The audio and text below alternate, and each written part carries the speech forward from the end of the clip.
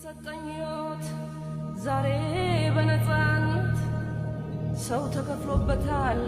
ከደምና ከአጥንት ስንት ወገን ወደቀ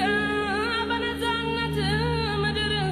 ትናገር አድዋ ትናገር ትመስክር ትናገር አድዋ ትናገር አገሬ እንዴት እንደቆምኩኝ ከፊታችሁ ዛሬ በኩራት በክብር በደስታ በፍቅር በድል እኖራለሁ ያው በቀን በቀን በቀን በቀን ደሞ መከራውን ያን ሁሉ ሰቀቀን አድዋ ዛሬ ናት አድዋ